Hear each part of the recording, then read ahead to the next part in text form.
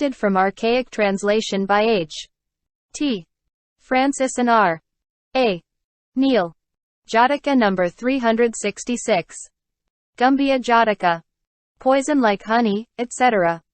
This story was told by the master while living at Jetavana Monastery, about a brother who regretted taking to Holy Order of Disciples. The master asked him if it were true that he regretted it. "It is true, holy sir," he said. "What have you seen to cause this feeling?" asked the master. When the brother replied, "It was owing to the charms of a woman," the master said, "These 5 qualities of desire are like the honey sprinkled over with deadly poison, and left in the road by one Gumbika." And on this, at the request of the brother, he told a story of the past. Once upon a time in the reign of Brahmadatta, king of Benares, the Bodhisattva came to life in a merchant's household. And when he was grown up, he set out from Benares with merchandise on 500 carts for trading purposes. On reaching the high road, at the entrance of a forest, he called together all the members of his caravan and said, "Lo! On this road are leaves, flowers, fruit and the like, that are poisonous. In eating see that you take no strange food, without first asking me about it. For demons set in the road baskets of fresh rice and various sweet wild fruits, and sprinkle poison over them. Be sure not to eat of them without my consent." And after uttering this warning, he proceeded on his journey. Then a certain Yaka, named Gumbia, spread leaves on a spot in the middle of the forest, and dropping some pieces of honey, covered them with deadly poison, and himself wandered all about the road, pretending to tap the trees, as if he were looking for honey. In their ignorance men thought, this honey must have been left here as a meritorious act, and then through eating it, they met their death. And the demons came and devoured their flesh. The men also belonging to the Bodhisattva's caravan, some of them being naturally greedy, at the sight of these choice foods, could not restrain themselves, and ate of them. But those that were wise said, "We will consult the Bodhisattva before we eat," and stood holding it in their hands. And when he saw what they had in their hands, he made them throw it away. And those that had already eaten the whole of it died. But to those who had eaten only half of it, he administered a vomiting agent, and after they had vomited, he gave them the 4 sweet things, and so by his supernatural power they recovered. The Bodhisattva arrived in safety at the place he wished to reach, and after disposing of his wares, he returned to his own house. Poison like honey in look, taste, and smell, was laid by Gumbia with purpose fell. All who as honey ate the noxious food, through their own greed did perish in the wood. But they who wisely from the bait abstained, were free from torture and at peace remained. So lust, like poison bait, for man is laid. His heart's desire has often to death betrayed. But who, though weak, obsessive sins gives up, escapes from bonds of suffering and suffering.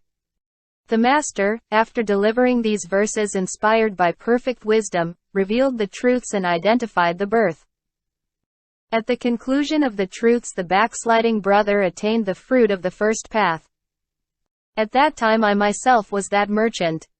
Source: adapted from archaic translation by H. T. Francis and R. A. Neal. Jataka number 367. Salia Jataka. Who got his friend, etc. This was a story told by the master, while living in the bamboo grove, in reference to a saying that Devadatta could not even inspire alarm. When Brahmadatta was reigning in Benares, the Bodhisattva was born in the family of a village householder, and when he was young he played with other boys at the foot of a banyan tree, at the entrance of the village.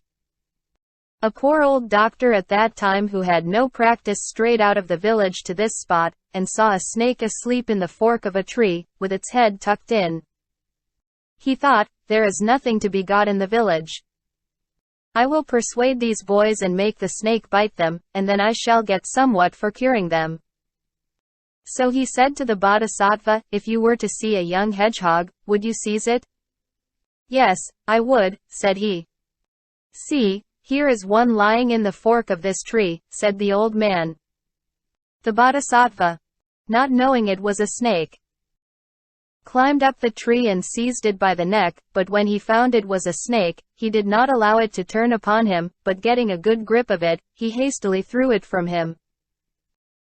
It fell on the neck of the old doctor, and coiling round him, it bit him so forcefully that its teeth met in his flesh and the old man fell down dead on the spot, and the snake made its escape. People gathered together about him, and the great being, in explaining the righteous path to the assembled people, repeated these verses. Who got his friend to seize a deadly snake, as hedgehog, if you please? By the snake's bite was killed, as one that evil to his neighbor willed. He that to strike is gone. The man that never strikes back again is struck and lies low. Even as this dishonest painfully hurt by deadly blow, so dust that should be thrown against the wind, back in one's face is blown. And ill-designed to one that holy is, and has no evil done, on the fool's head at last recoils, like dust when thrown against the blast. The master here ended his lesson and identified the birth. At that time the poor old doctor was Devadatta, the wise youth was myself. Source: adapted from archaic translation by H. T. Francis and R. A. Neil. Jataka number 368. Takasara Jataka. Fallen into hand of rivals, etc. This story the master, while living at Jetavana Monastery, told concerning the perfection of wisdom. It was then the master said, not now only, brethren, but formerly also the Tathagata proved himself wise and full of resources. And with this he told an old legend of the past. Once upon a time in the reign of Brahmadatta, king of Benares, the bodhisattva was born in the household of a village proprietor. The whole story runs on exactly like that of the previous birth. But in this version, when the doctor was dead, his village neighbors said, "These youths have caused the man's death. We will bring them before the king." And they bound them in chains and led them to Benares. The bodhisattva in the course of his journey advised the other lads and said to them, "Do not be afraid. Even when you are brought into the presence of the king, show yourselves fearless and happy in your mind. The king will first of all talk with us, and afterwards I shall know what to do." They readily agreed in what he said, and acted accordingly. When the king found them calm and happy, he said, "These poor wretches have been bound in chains and brought here as murderers, and although they have come to such misery, they are without fear and even happy. I will ask them the reason why they are not troubled." And he repeated the first stanza. Fallen into hand of rivals, and with bamboo chains bound, how can you conceal your sufferings, and with smiling face be found? On hearing this the bodhisattva uttered the remaining verses. There is no good however slight, that man from groans and mourning ever will gain. His adversaries feel delight, when they see a rival overcome with pain. But enemies with grief are filled, when with bold front he goes to meet his fate, and blenches not, as one well skilled, all things with judgment to discriminate, be it by muttered spell or charm, by lavish gifts, or help of powerful family, that he may best escape from harm. A man should make efforts to some vantage ground to win, but should he fail to reach success, with others' aid or by himself alone, he should not grieve but agree. Fate is too strong, his utmost he has done. The king, on hearing the bodhisattva's exposition of the law, investigated the matter, and discovering the innocence of the boys, he had their chains removed, and gave much honor to the great being, and made him his worldly and spiritual advisor and his valued minister. He also conferred honor on the other youths and appointed them to various offices. When the master had brought this lesson to an end, he identified the birth.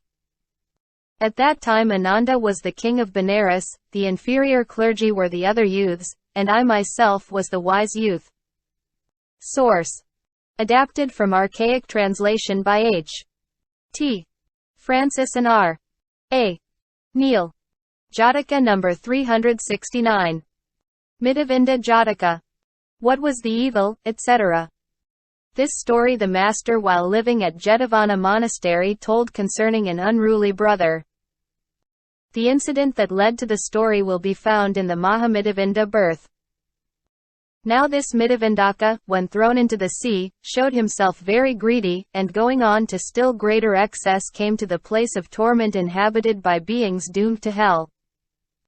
And he made his way into the Asada hell, taking it to be a city, and there he got a wheel as sharp as a razor fixed upon his head.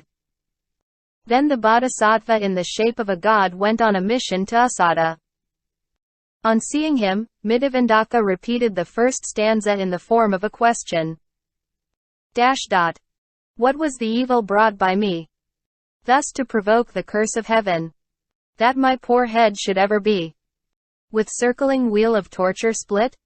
The Bodhisattva, on hearing this, uttered the second stanza. Forsaking homes of joy and bliss, that decorated with pearls, with crystal this, and halls of gold and silver sheen. What brought you to this gloomy scene? Then Midavindaka replied in a third stanza. Far fuller joys I there shall gain than any these poor worlds can show. This was the thought that proved my weakness, and brought me to this scene of suffering.